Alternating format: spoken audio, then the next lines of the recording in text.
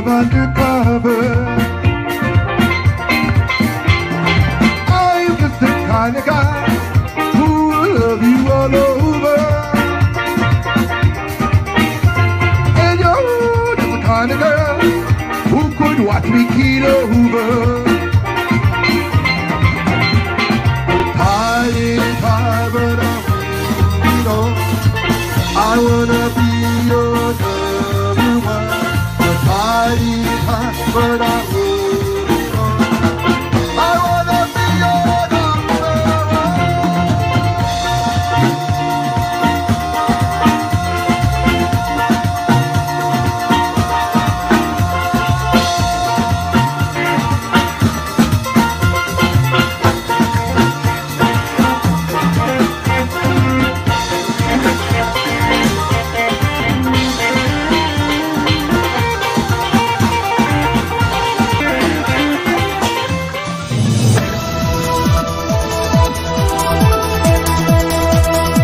Hello everyone, I am MD and this is the Fourth Branch program, the place for common sense. Today we continue the conversation about, well, the race to 2020. We will present to you every day a feature of one of the candidates. Today we will take a look at Inslee, Governor of Washington, now candidate for the presidency of the United States. We will also take a look at what the Republicans are doing or not doing. That and much more after an announcement.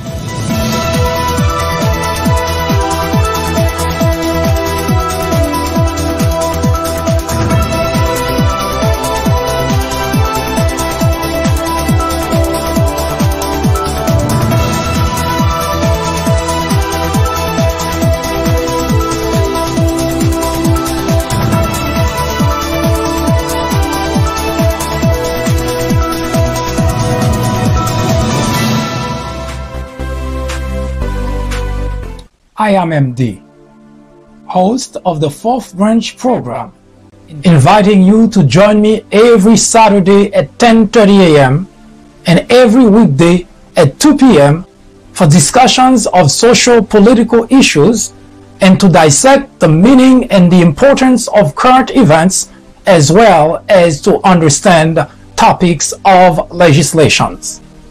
The Fourth Branch Project is not associated with any political party, and we at the Fourth Branch do not have any political agenda or aspiration. Our ultimate objective is to work towards achieving a more perfect union by removing ignorance, the biggest obstacle to our democracy. Stay with us. We will be right back.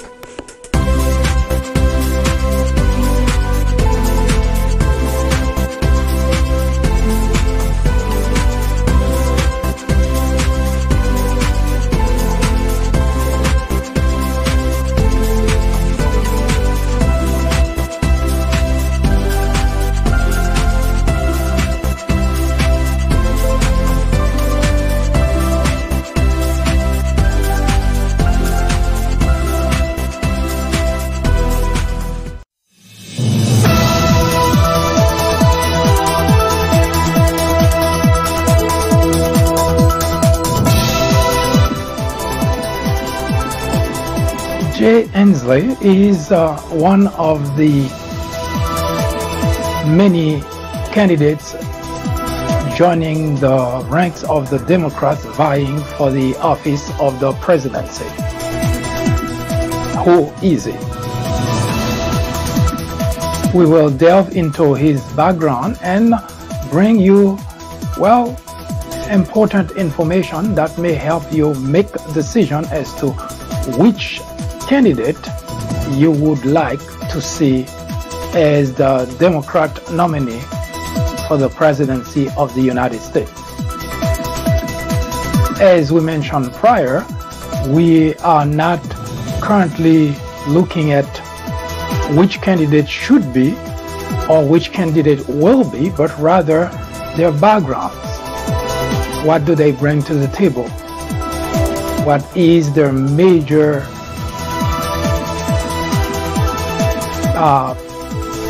if they have any, what do they bring to the table? What exactly is their message to the American people? Do they have something extremely important that ought to be taken a look at by us, the constituent? Or are they just in the race so that they can add that to their resume? Or are they serious about, well, taking the country in a different direction? Whatever the case is, we are not in any position at this point to decide that. The race has just begun.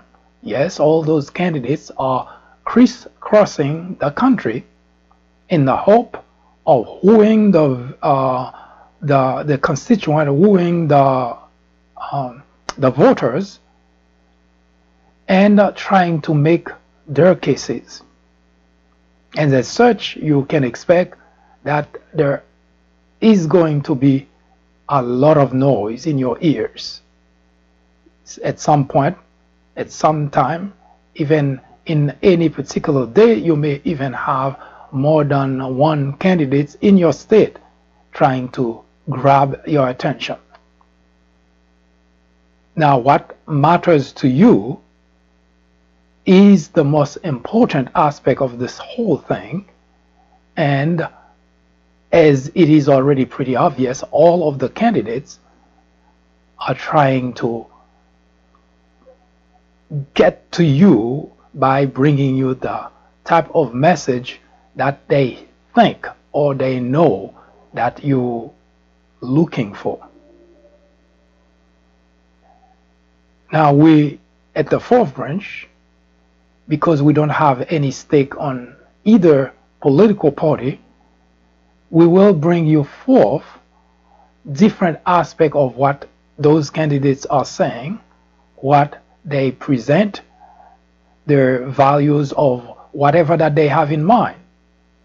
Now, we have no interest in what the Democrats are looking for, meaning that most Democrats are looking for someone to quote-unquote beat Donald Trump. Here at the fourth branch, our focus is not there. Our focus is to bring out whatever is necessary in order to understand each candidate and for you to know what exactly that candidate brings to the conversation. Now, if that candidate happened to defeat Donald Trump, then you would know, or you would already be aware that that particular candidate, his or her agenda, his or her plan for the country. So we address this particular issue in very different ways from what the actual political party, the Democrat, has in mind. Stay with us. After a short break, we will bring to you Jay Inslee, candidate for the presidency of the United States. I am MD, host of the Fourth Branch program, inviting you to join me every Saturday at 10:30 a.m. and every weekday at 2 p.m. for discussions of social political issues and to dissect the meaning and the importance of current events, as well as to understand topics of legislations. The Fourth Branch Project is not associated with any political party, and we at the Fourth Branch do not have any political agenda or aspiration. Our ultimate objective is to work towards achieving a more perfect union by removing ignorance, the biggest obstacle to our democracy. Stay with us. We will be right back.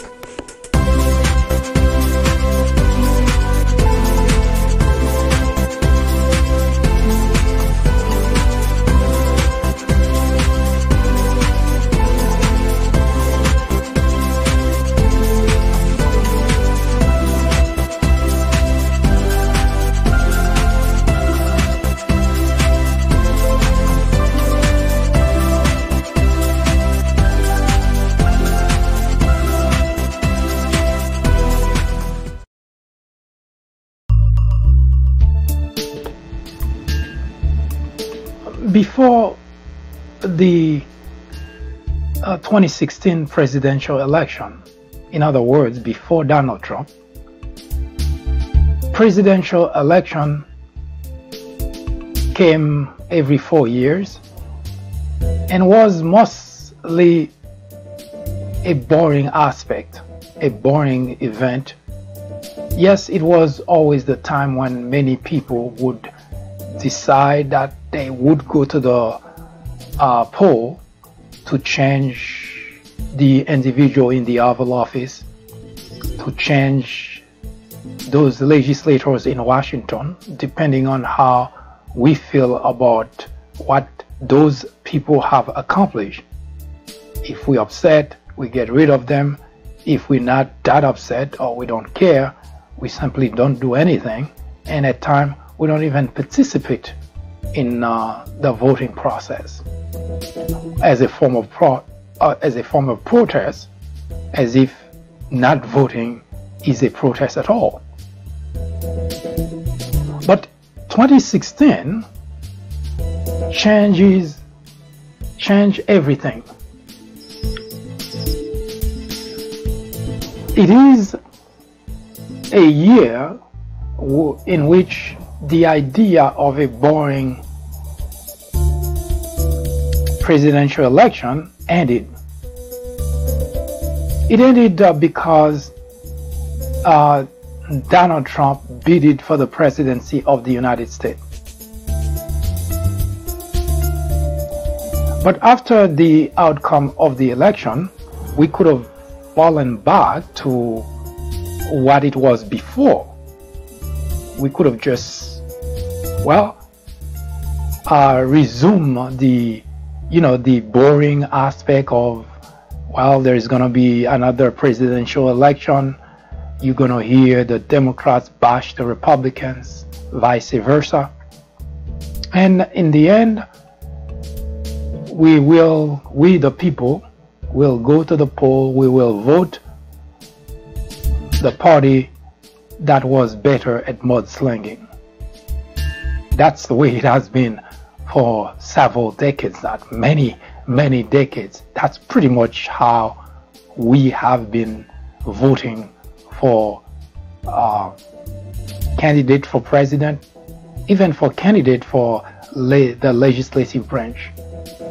The individual that's better at mudslinging usually is the one we voted in office. Ironic, isn't it?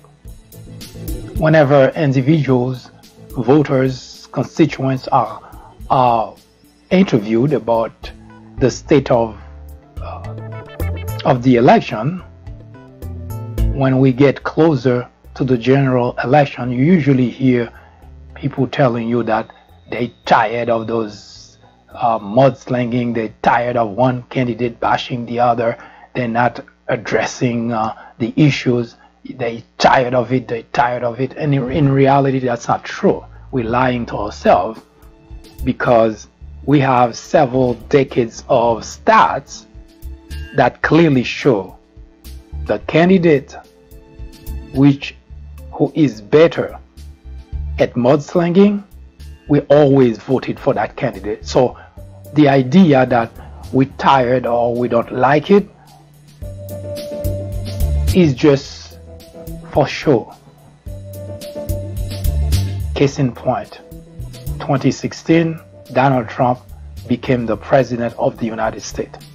And he was a very vile person. He started that way, insulting everyone in his path, no matter who it was. So the idea that, especially if we think about it from a political perspective, the Republican Party in general is more inclined to behave that way.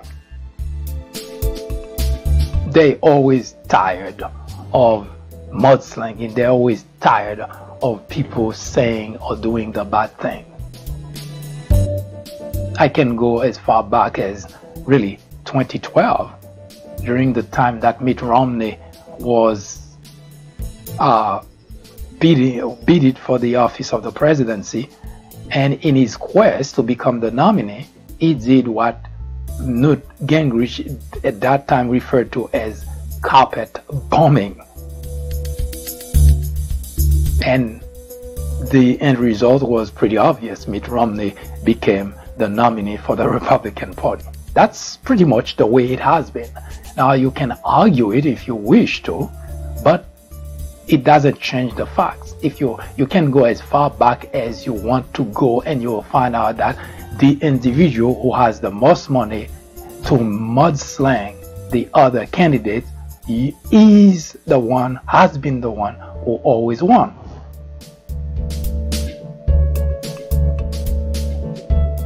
Now, because of that, we are currently watching the evolution of the Democrat Party,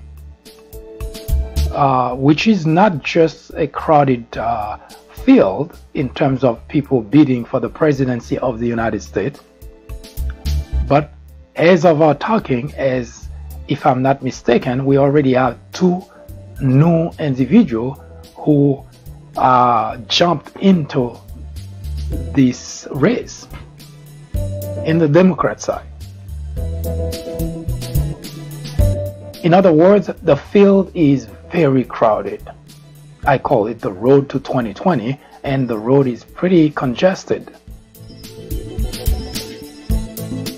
Despite the fact today, when candidates are interviewed, they in their best behavior. They say nice things about the other, or they simply refuse to say anything and they just move on. But rest assured, as time marches on, there is going to be a time when those candidates, all of them, those who stay in the race, those who are able to raise enough money to stay in the race, will do whatever is necessary in order to kick the other candidate out of the way. That's why we call it the race, a race to 2020.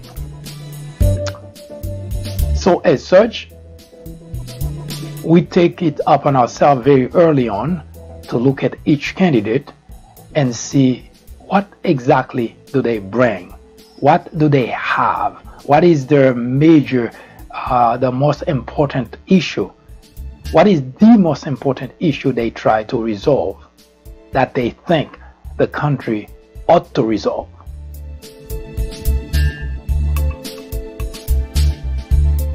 For Jay Inslee, it's the climate change. He believes that this is the greatest danger that threatens this country, that threatens humanity.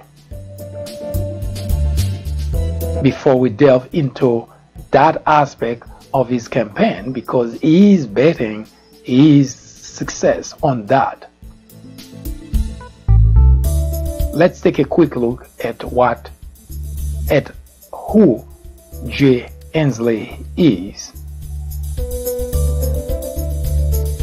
and how he's gonna try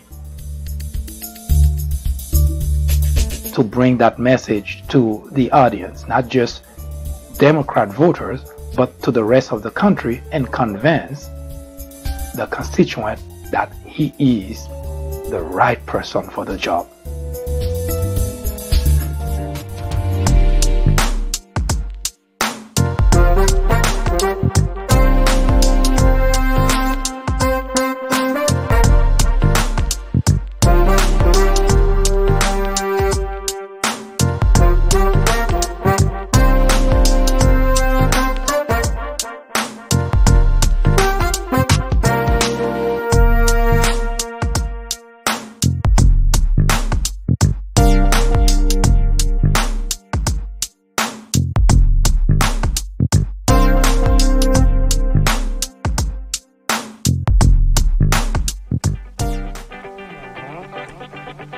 Donald Trump is wrong to call the media the enemy of the people. Throughout history, dictators, authoritarians have always tried to delegitimize the media in order to get away with corruption, scandal, and yes, even abuse. Adolf Hitler did exactly the same thing in 1933, accusing the media of fabrication. Journalists are not in the business of fairness. Our only business, is to be objective. It is our duty to hold Trump and every administration accountable. Today, it is urgent. It is necessary. It is critical. Our very freedom depends on it.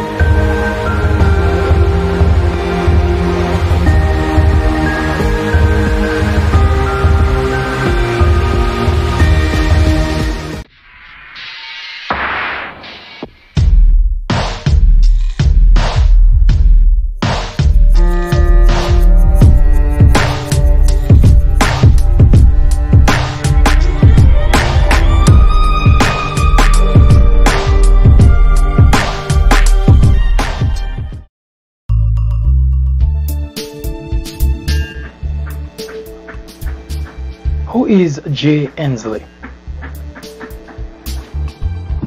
Jay Inslee is the governor of Washington. He is the current governor of Washington. He became the governor of that state in 2013. But before Jay was governor of Washington, he was a U.S. representative for the state from 1993 to 1995. And I'm not sure what happened, whether he lost the election. There was a gap between 1995 and 1999 when he returned again as a U.S. representative for the state of Washington in 1999 until 2012. Now, of course, in 2012, he bidded for the governorship of the state, and when he became governor, obviously he could not occupy the post of U.S. representative and governor at the same time, so he had to give up the U.S. representative part of his credential. But before Jay was a U.S. representative, he was a state representative. In fact, just before he bidded for representativeship in 1993, he was a state representative, state of Washington, from 1989 to 1993. So the very year that he stopped being, or he ended his state legislative career, he made a move to the national stage and became the U.S. representative for the state of Washington. Jay Inslee website is for the 2020 is jayinslee.com. His first name and his last name.com. Now, Jay Inslee, as I just mentioned, became the governor of Washington in 2013, if I'm not mistaken. 2013, and while governor in January of 2019, after, of course, everybody waited after the midterm election to make a decision to bid for the presidency or not to bid, Jay Inslee did set up an exploratory committee to find out whether he has any chance at all as far as bidding for the presidency of the United States. Well, it looks like the committee must have given him some good news, because on March 1st, he made the announcement that he would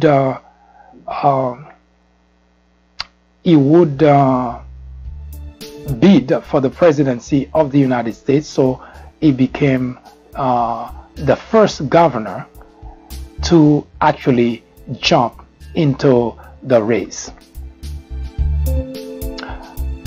Prior to that, Mr. Inslee was the chairman of the Democratic Governors Association. In fact, in 2018, he was still in that post, and he served also as a co-chair for the United States Climate Alliance. Not sure if that has any bearing on things that he has seen, things that he came to know, that really gave him this urge that we need to do something about climate change. Regardless, Jay is of course married. He has 3 children. He's married to his wife, I believe. The wife's name is Trudy, I believe so. He's married to Trudy since 1972. They have 3 children together. Now, Jay did go to Stanford University, and there he got a BA, but he didn't stop there. He did later on go to Willamette University, or Willamette, I'm not sure how that's pronounced, and there he got himself a Juris Doctor degree.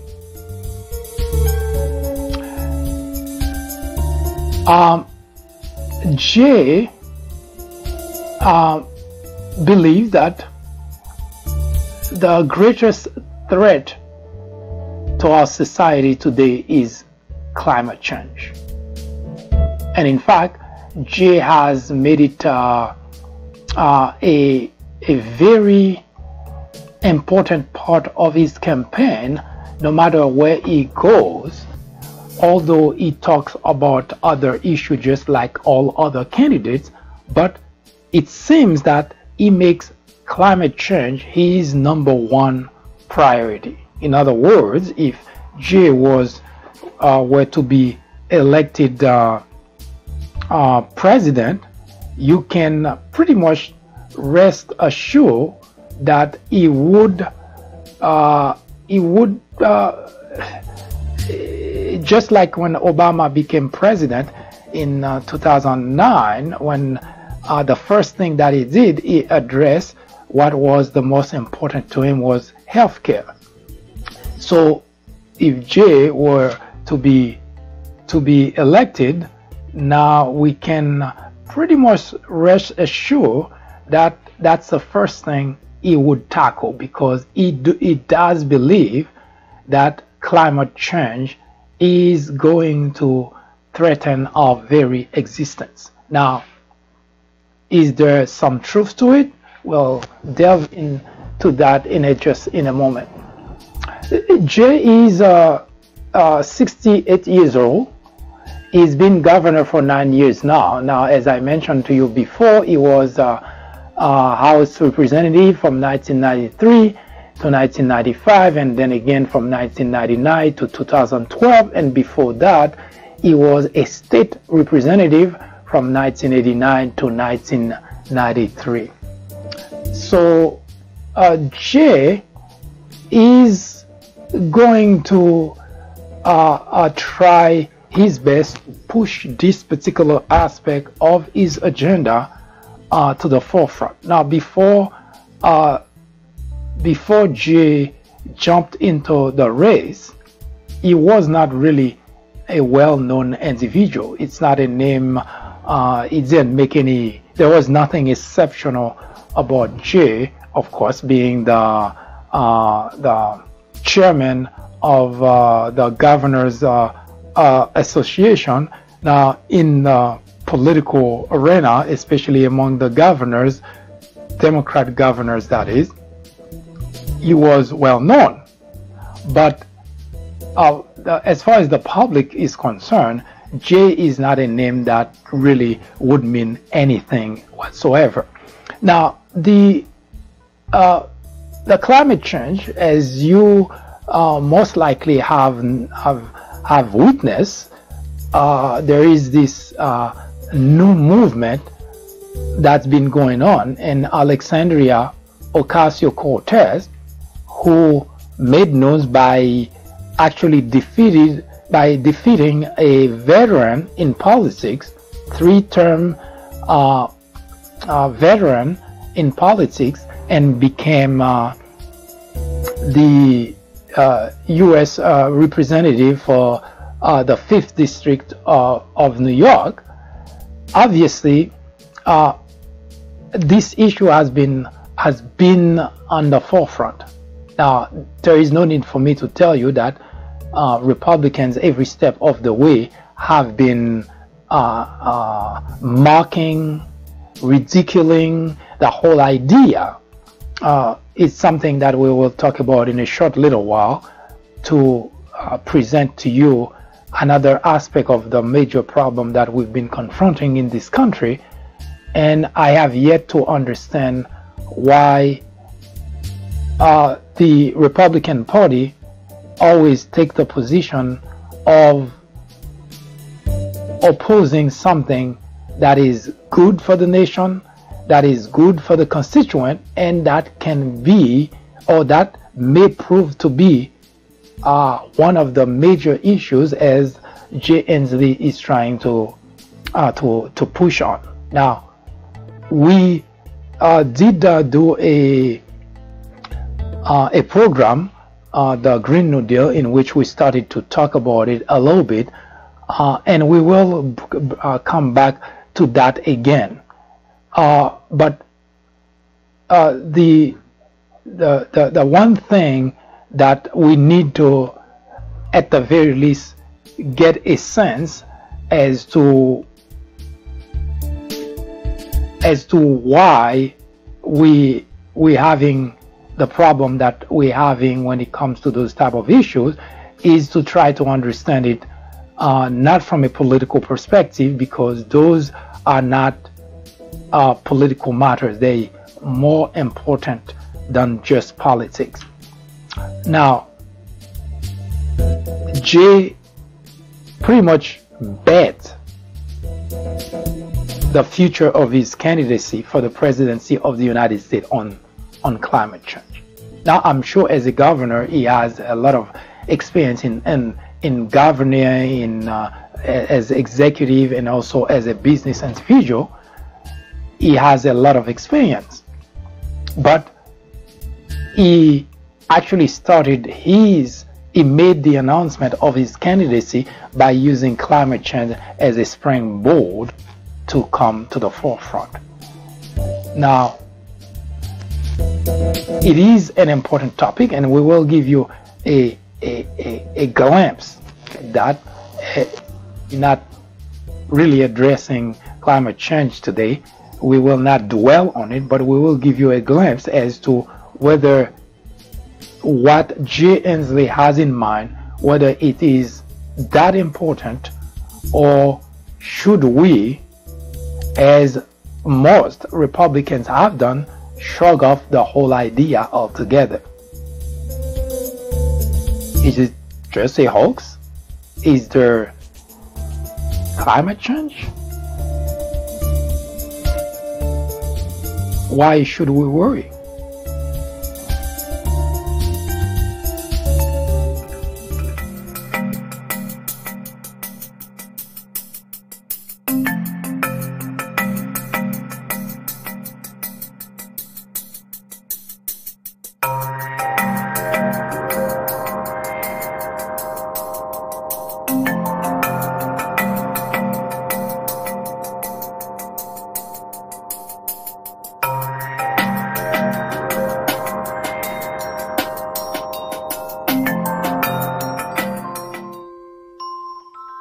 After reading several books based on presidents and on Obama specifically, I found that they're typically partisan.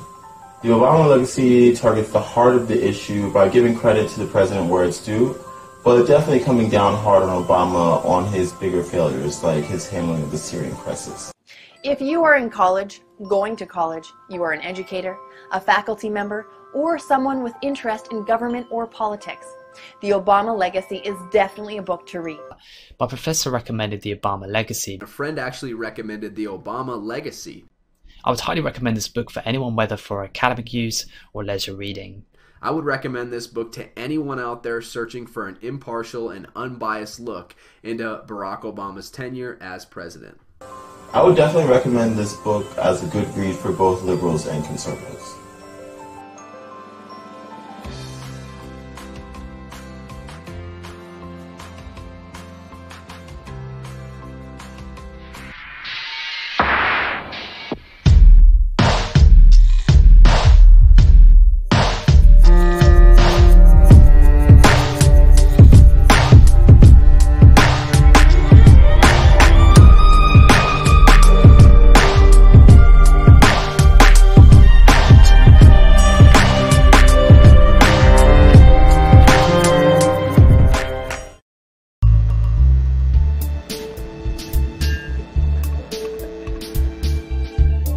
Just a few days ago, actually a week or so, a scientist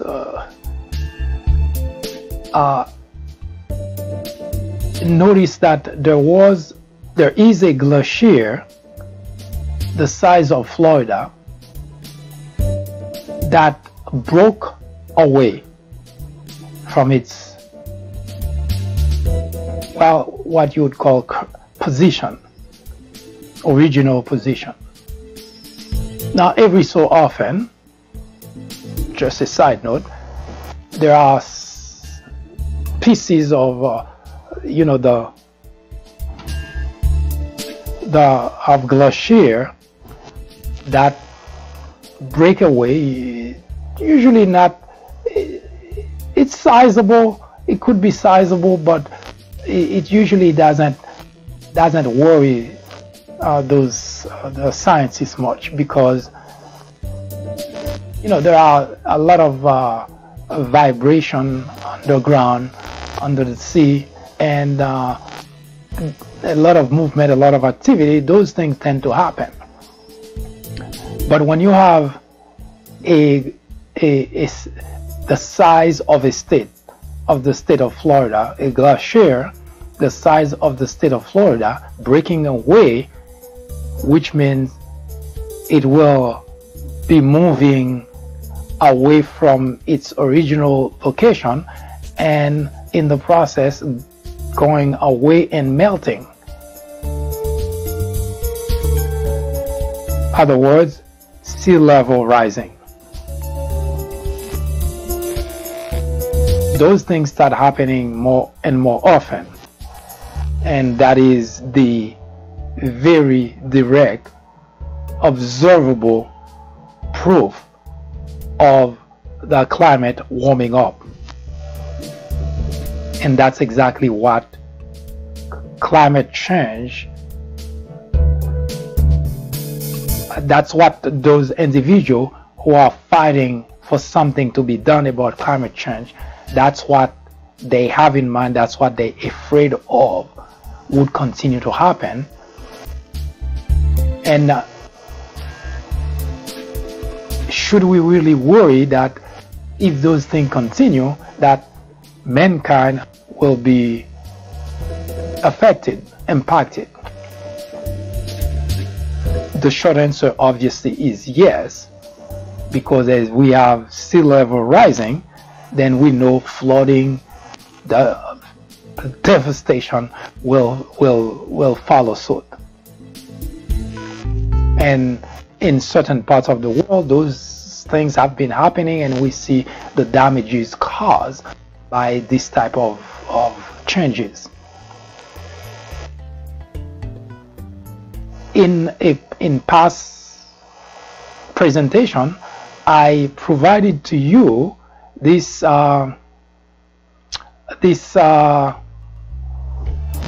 picture picture of the fossil of a dinosaur currently in a museum. This is not the rendering, this is not a picture or some kids who put that together and put it in a museum. This is the actual fossil bones of actual dinosaur. And in fact, that's how scientists are able to, geologists in that case, are able to tell us exactly how big those animals were, how much they weigh, and so on and so forth, because they had collected enough of those fossils for them to be able to make those type of calculations. Where are they now? What happened to them? What happened to the dinosaur? Because the only place we see dinosaur, you go to a museum, you read in books, or you see in movie, Jurassic Park. You see movies that can bring those huge animals to life, but they're no longer around. Take a peek at a video that was made especially to talk about dinosaurs. And we'll come back to tell you exactly what happened to them.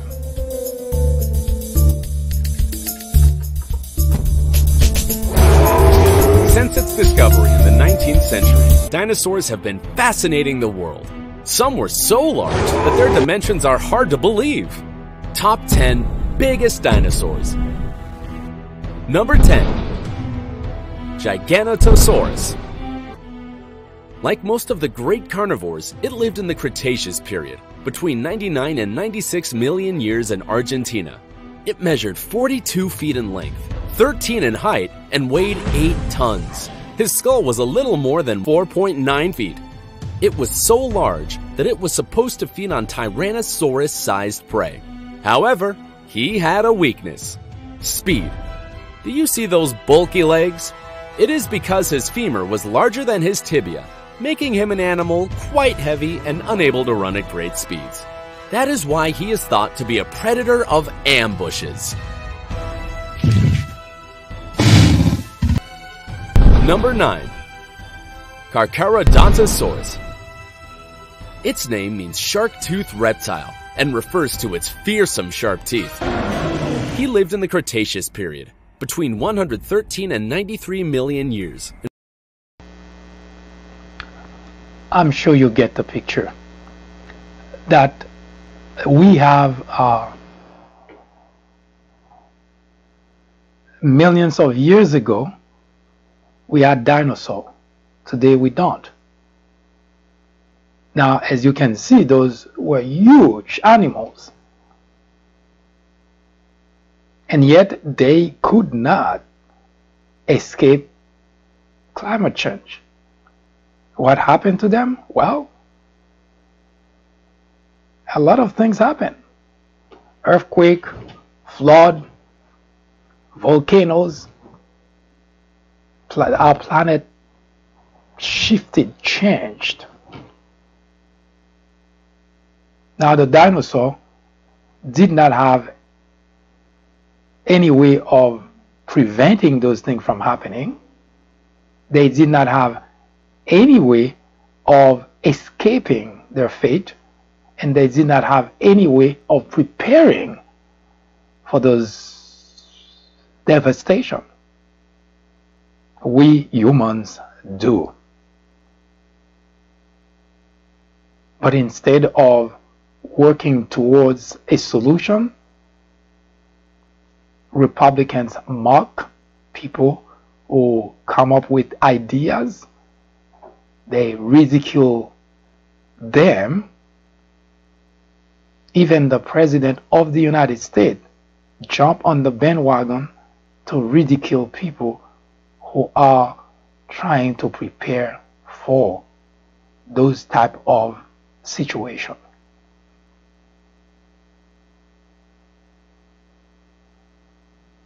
That's where we are in the United States of America.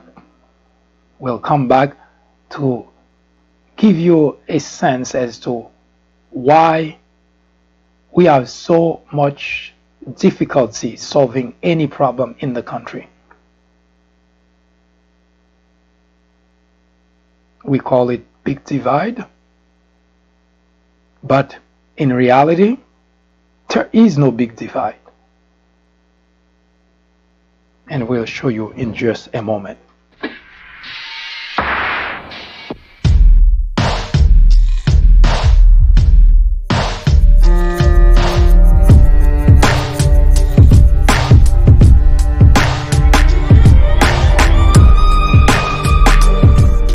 Ignorance, they say, is the biggest threat to any democracy. Indeed, it is. Plato, a Greek philosopher born in 427 BC, said that ignorance is the root and stem of all evil. Today, members in the Republican Party wear ignorance as a badge of honor, while the rest of the country watch powerless the destruction of a country which was once the envy of the world. The media is the enemy of the country, said Donald Trump. The Democrat legislators are obstructionists for not going along with everything the president wants. The Department of Justice is biased for investigating corruption in the Trump administration. This is the United States of America. Any question? Donald Trump is wrong to call the media the enemy of the people. Throughout history, dictators, authoritarians have always tried to delegitimize the media in order to get away with corruption, scandal, and yes, even abuse. Adolf Hitler did exactly the same thing in 1933, accusing the media of fabrication. Journalists are not in the business of fairness. Our only business, is to be objective. It is our duty to hold Trump and every administration accountable. Today, it is urgent. It is necessary. It is critical. Our very freedom depends on it.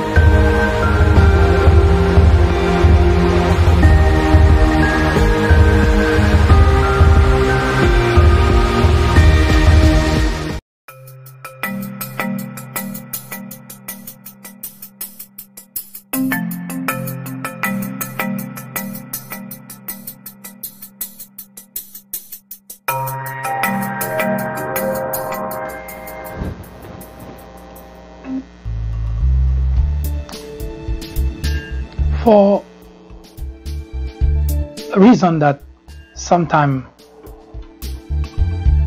I cannot come to understand,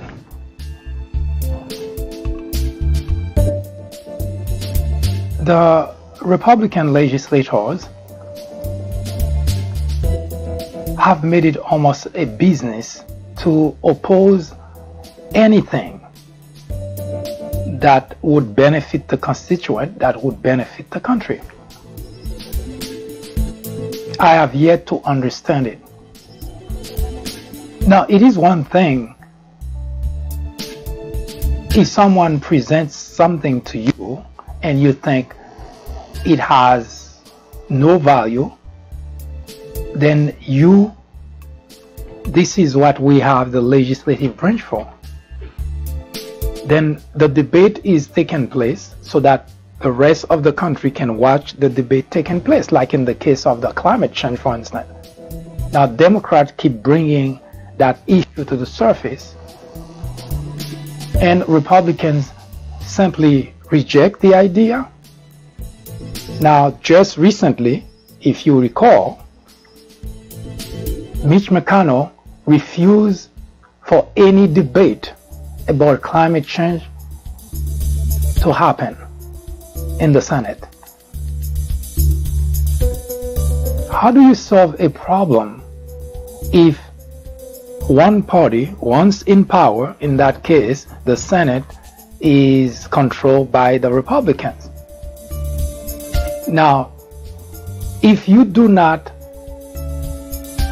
that's the very purpose of the legislative branch, is to legislate, to debate, to shed ideas, to shed light, and for everyone to see what those ideas are and decide, okay, we like it, no, we don't like it. But if the idea is to shut down the other side because a party is in control without giving any opportunity for the other side to present the idea that they think is good for the nation, then what exactly are the legislators for? What do they do? Now, the reason Mitch McConnell is able to do that is because, well, the constituent support it. The constituent no longer care about well-being. They only interested in political party. It's not about the nation, it's not about the future generation, it's just about political party. Now, here at the Fourth Branch, there are plenty of issues that we address. If those issues were not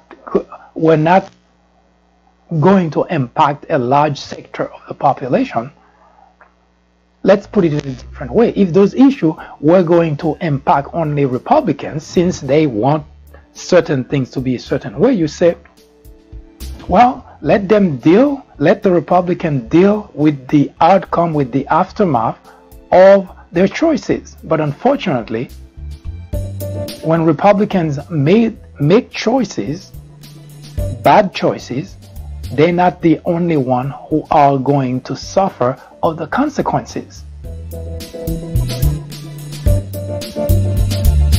So let's assume for 1 second, let's assume for one split second that climate change is a hoax. Let's assume that for one split second. Isn't it the role, the duty of the legislative branch to bring it forth for discussion so that the nation can actually see for themselves, the members of both political parties in the nation can see for themselves how much of a hoax that is?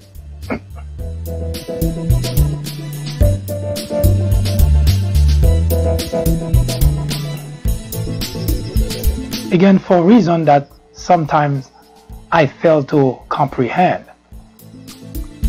And it's not something that's just happening on climate change. I use the climate change because we talk about it. That's what we're talking about. But that's not the only time or the only reason or the only topic, the only issue that Republicans have time and again oppose for no reason other than the fact they don't want it to benefit the constituent. And I say that in all fairness, when I mention the dinosaurs are no longer, because a huge catastrophes, flooding, volcanoes, earthquake happened during the time that the earth was going through a lot of changes, splitting. There was only one continent at some point. There was no Europe, no Asia, no America. There was just one world, one continent. But as those changes happen, that our planets split, continue to break, and as you can see, that as those splitting happen, water comes and fill the space, and we have now spaces between America and Europe. We have to either go by boat, by plane, but we cannot walk to Europe. So those changes happen, and those were major changes that were happening, and unfortunately for the dinosaur, they could not prevent it from happening. They could not prevent those changes from happening, and they didn't have any way of sheltering themselves. But we human, we happen to have a brain, we happen to be able to plan for catastrophes, and yet instead of taking the opportunity to do so, the Republican mob, individuals that are bringing that forth.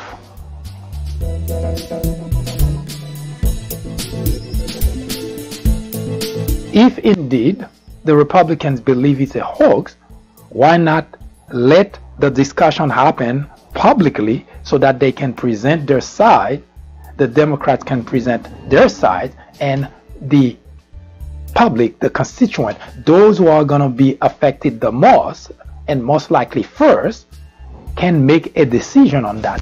Why shut the conversation? If indeed you do believe that there is nothing to it.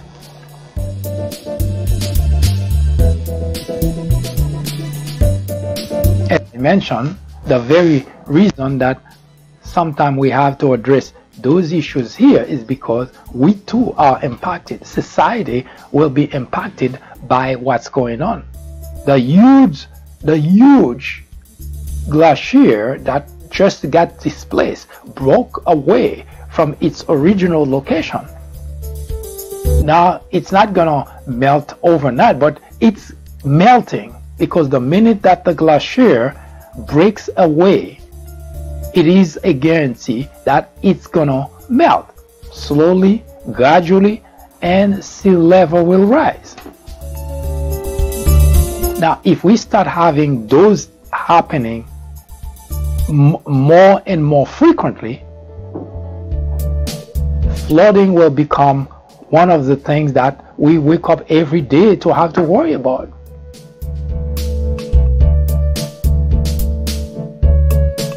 And if you add earthquake to the mix, very soon we may find, or certain parts of this country may go the way of the dinosaur.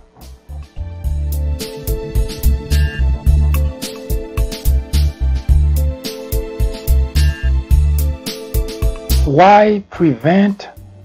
Why not take a look at the topic, the issue? Because you cannot have millions of people, not just here in the United States, but across the world, worrying about an issue. And for who does that? For a group of people to just simply say, that's not going to happen. Yes, it's not going to happen in your lifetime, which is absolutely true. Oh, actually, I shouldn't say absolutely true, which may be true. But what about future generations? What about children, grandchildren, great-grandchildren? So do nothing and let them worry about it? What kind of society are we leaving for future generations? We don't call that politics. Because when you just simply shut down an individual who's trying to make light of an issue, That's not politics. Politics is when I have the opportunity to make a presentation on the issue that is of importance to me, and the other side can show alternative or can prove that my argument is useless or has no merit. There is no such argument because the Republicans completely shut down the conversation. So it's not just your health care that's on the balance. It's not just your health care that's on the ballot in 2020. It's your future, the future of your children, the future of your grandchildren.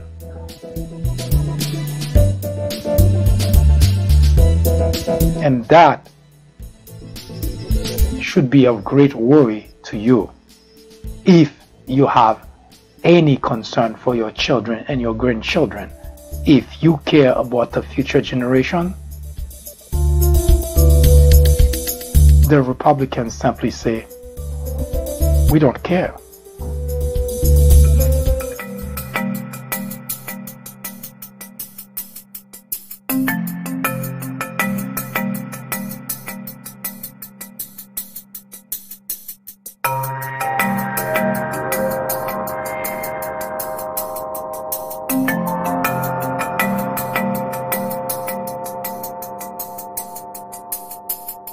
In 1996, a small network by the name of Fox News was launched with just 17 million viewers.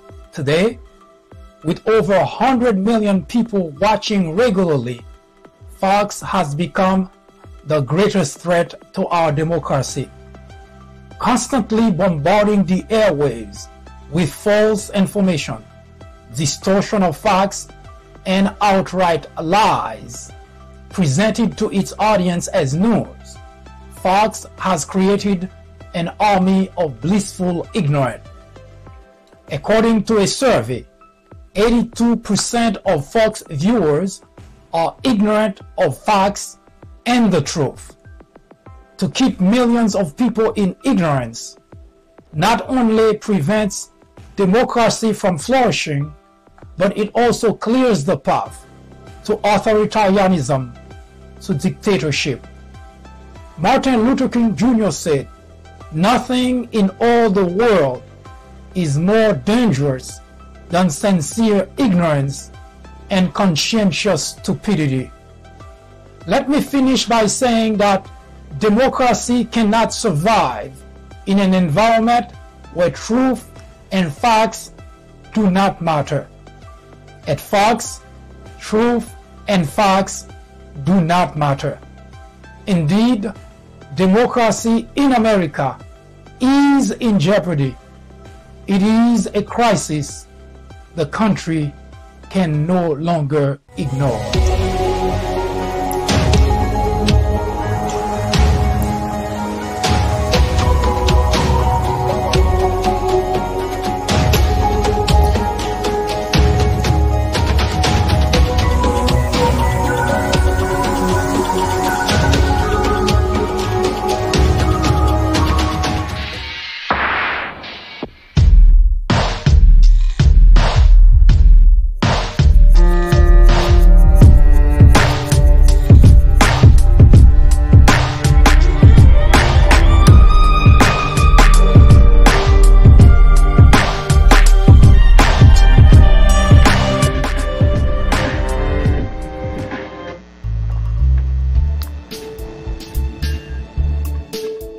You, the constituent, have the power to change our lives, to preserve what we have, and to make certain that our children and our grandchildren future are more or less safe. Making bad decisions is costly. Now, for those who voted for Donald Trump may not think that it was a bad decision because, well, everything seems to boil down to only one thing today: win and lose. Democrat, Republicans. But nothing about how good is it for the country, how good is it for the majority, or how is that going to advance the affairs of the nation. This calculation no longer applies. Well, it has been that way for a while. It has exacerbated. You see, climate change, unless you were just born or you were been around not too long, maybe in the past decade or so, you would know that yes, indeed, there is climate change. You don't necessarily need scientists to tell you that. Even the weather, if you live in the Northeast, for instance, where I live, I do recall that a couple of decades ago, things were much different. Today, without science tell me that something is wrong, something is strange, then we feel it. Now, of course, we cannot go by feeling in life. That's why we have people with knowledge, people who have been studying certain aspect of, well, our planet. They can come and let us know exactly where we're heading. The dinosaurs didn't have that kind of luxury. They didn't have anyone who could have provided them with those type of information.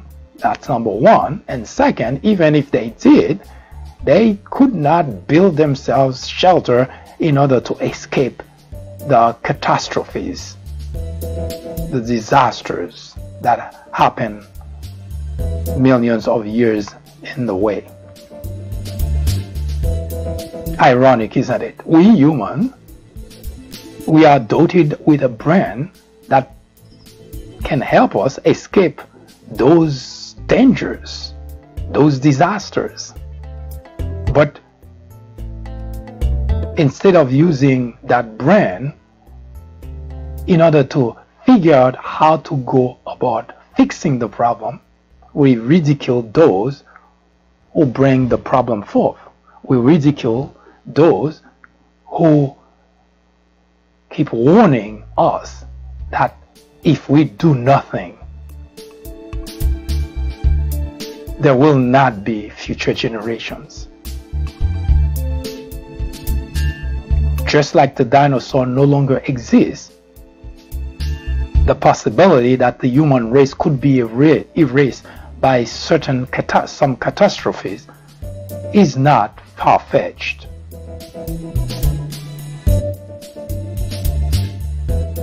Republicans have stood on the way, not helping, because it's could be only fair that if Republicans were simply shrug off the whole idea and walk away, but they also prevent any progress from being made in order to prepare in case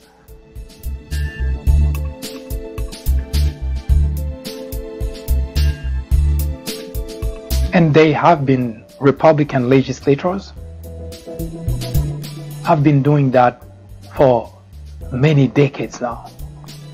The question has always been, why? Why do Republican legislators stand in the way of progress? Now, that may sound like gibberish to you, but let me give you a couple of examples. In 1933, in the midst of the Great Depression, FDR proposed the New Deal. No, not the Green New Deal. The Green New Deal is Alexandria Ocasio-Cortez, and it is 2019. We're talking about 1933, and we're talking about FDR, and we're talking about the New Deal. The world suffered Great Depression. At that time, FDR proposed the New Deal. It's a series of programs geared at changing the course of affairs in the country, changing the predicament the country was in. There was a city in Ohio that had 80% unemployment at that time, to give you a perspective. So FDR proposed the New Deal. Republicans said, absolutely not. They came up with what they always use. It's too costly. It's not business friendly. And the list went on and on. We can only thank FDR for being the individual that he was by pushing the program forward. Today, not only did FDR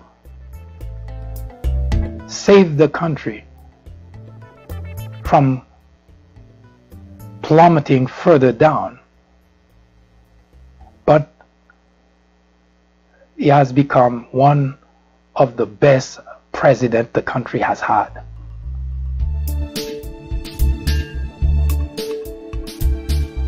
FDR did propose Social Security. Republicans said, absolutely not. Now, Social Security is what?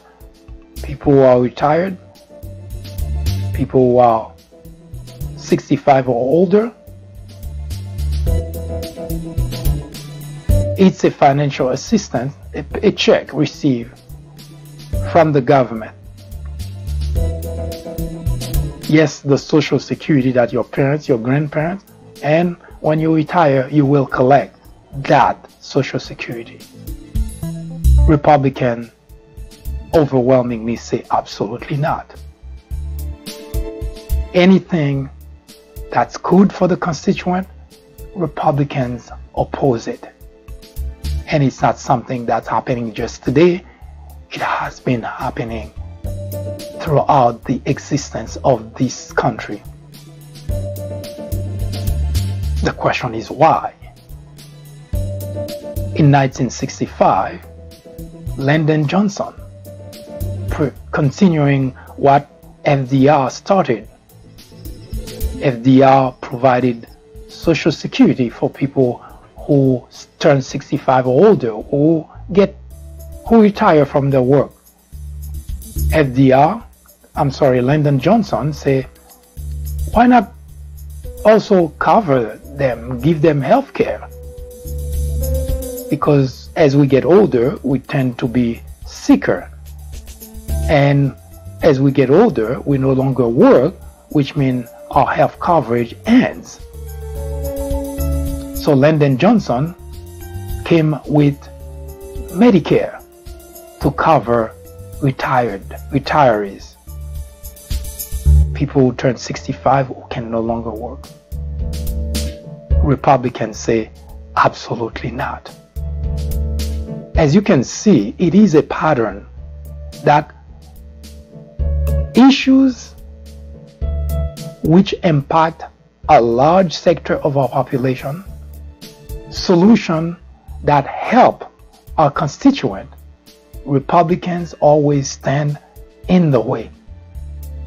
They have their argument always ready to tell you it's too costly, it's not gonna work, it's not business friendly. But you may recall that within 1 month of the Trump administration, Republicans didn't have any problem adding $1.5 trillion to our debt, because 83% of that money went to large corporations and wealthy individuals. So it has become a pattern that Republicans are eager to help those who already have, but whenever a program is proposed to help the majority, the constituent, they oppose it at all costs. You may recall that the Patient Protection and Affordable Care Act, known today as Obamacare, was opposed by every single Republican legislator in Washington. Why? Because, well, the Healthcare Act proposed to cover 20 plus million individuals. So it is a pattern that Republicans are always against what benefits the majority. They prove it over and over and over. That is baffling. So as you're headed to the 2020 presidential election, I would advise you to choose wisely, because your health is on the ballot. Climate change is on the ballot. And we know exactly where your Republican legislators stand.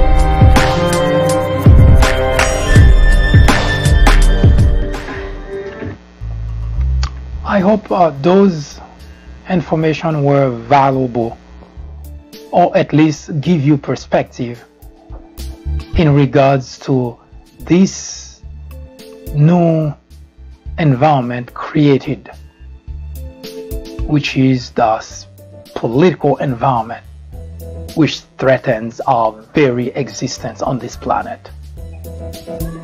If you have questions, comments, criticism, suggestion, do not hesitate. Send your suggestion to us. Let us know what you think. And if you have a particular topic you would like us to discuss right here, let us know. We will research it and we will debate it right here on the Fourth Branch program, a place for common sense. I hope you have a wonderful afternoon. See you next time.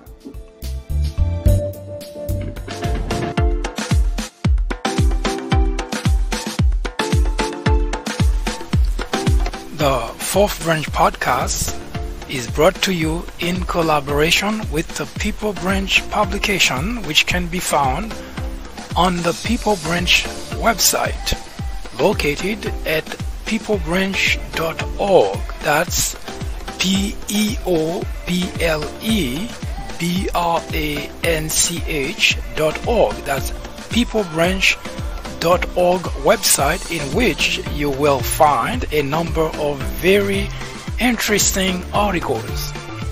My name is Mike Duchesne, MD for short. I hope you have a great afternoon or a great evening, whichever it happens to be. Hopefully you can join me again next time for another interesting episode of this podcast. That was the Fourth Branch, live from New York. Good day.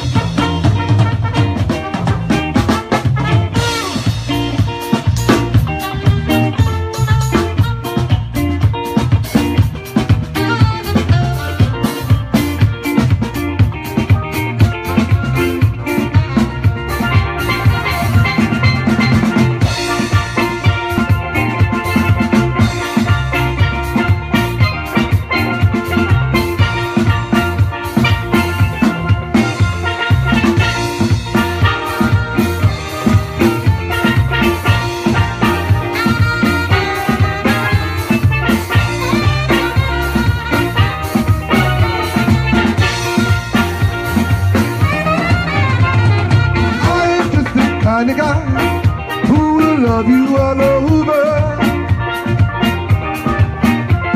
And you're just the kind of girl who makes love undercover. I'm just the kind of guy who will love you all over. And you're just the kind of girl who could watch me keel over.